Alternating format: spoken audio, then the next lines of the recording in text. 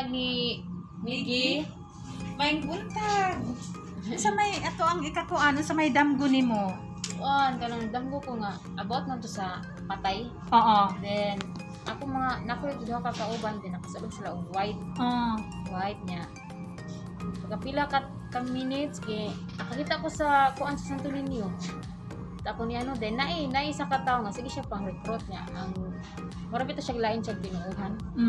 Then ako siya gipatubang sa Santo Niño niya nibong ko kay madlog siya sa kanang Santo Niño mura siya demonyo gina na ba din.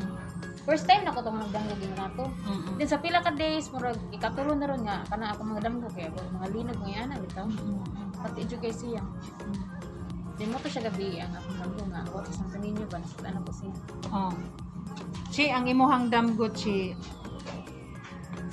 agkatong patay nanginahanglan to siyag mga pagampo pamisa. Unya agkatong mga katong Santo Niño katong puti nga imuhang nakita nga imong mga amiga sign to sila nga matinud-anon diha kanimo. Once makakita ka og puti kana na ay mga tawo nga matinud-anon diha kanimo. Unya kadtong Senior Santo Niño nga nagpakita nimo ana ay kay plano nga matuman.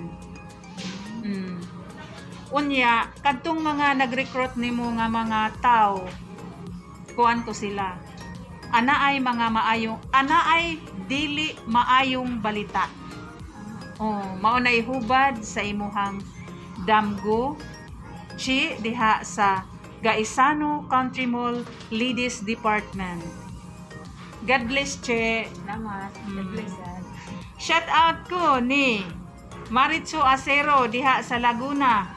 Shout out ko ni Alice Andoy diha sa Manila. Shout out ko ni Geraldine Ulakaw sa Cavite. Og daghang salamat sa inyong pagpaminaw sa ako ang YouTube channel. God bless.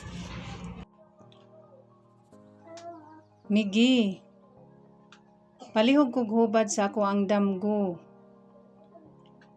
Nagdamgo ko nga kuyog mi sa akong amiga.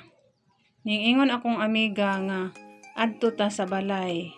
Niingon ko nga o sige. Samtang kami naglingkod, natingala ko nga unsa maning napayok sa kuan.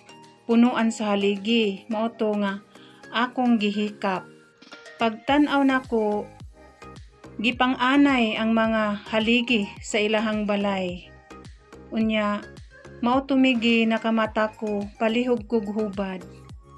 Imi ang imuhang damgo nga gianay ang haligi sa balay sa imong amiga. Ana ay mga dili maayong balita nga moabot sa imuhang kinabuhi. Unya, ang imong amiga naghandom diha kanimo. Unya ikaw, ana asay plano sa imong kinabuhi nga gusto kang magbalay. Maunay hubad sa imuhang damgo, Amy diha sa Talamban, Cebu. Og mo shout out ko diha sa Talamban ni Chi Amolo, ni Rami Amolo, ni LC Amolo. Og pag-amping mo dihang tanan, God bless. Ang sunod na kong hubaron nga damgo karon mao si Audrey diha sa Consolacion, Cebu. Miggy, palihog kog hubad sa ako ang damgo nga ang akong igsuon namatay na siya. Unya nakita nako sa iyahang damgo nga perti niyang katawa. Unya naa siya gitunol nako, nakamata ko ug palihog kog hubad sa ako ang damgo. Audrey diha sa Consolacion, Cebu. Ang imong damgo nga ang imuhang igsuon nga patay na nagkatawa. Kana siya, wala na siya nahiluna sa iyang kamatayon. Nawili siya sa mga kabtangan. Ug mao nay hubad sa imuhang damgo, Audrey diha sa Consolacion, Cebu. Ug daghang salamat sa imuhang pagsubaybay sa ako ang YouTube channel. God bless. Mo shout out ko diha sa Consolacion, Cebu ni Edith Estrosas, ni Karen Estrosas, ni Edie Estrosas. Og pag-amping mo diha tanan ha. God bless ninyong tanan. Dermigi. Palihog kog hubad sa ako ang damgo. Si Maria, taga Karkar, Cebu. Ang akong damgo nga bag-o kong mata, nangita ko sa ako ang chinilas. Ning naog ko sa amo ang ubos, kay dus andanas man ang among balay, pirtingit ngita. Unya naglisod ko og asa ra dapit ang sweet sa amo ang balay. Unya ingon akong mama nga ako ray mangita sa imuhang chinilas.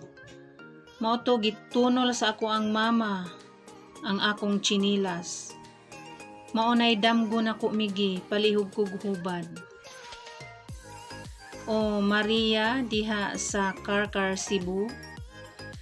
Ang imuhang damgo nga ana ay mga higala nga imuhang kakita nga dugay na nimong gipangita. Unya ana asay mga ka-ex nimo nga magkakita mo. Maunay hubad sa imuhang damgo, Maria diha sa Karkar, Cebu. Mo shout out ko diha sa Karkar, Cebu ni Pastora Vasquez, ni Joy Claro, Samantha Claro. Og pag-amping mo diha ha, daghang salamat kaninyong tanan. God bless. Daghang salamat sa inyong pagpaminaw sa ako ang YouTube channel. God bless.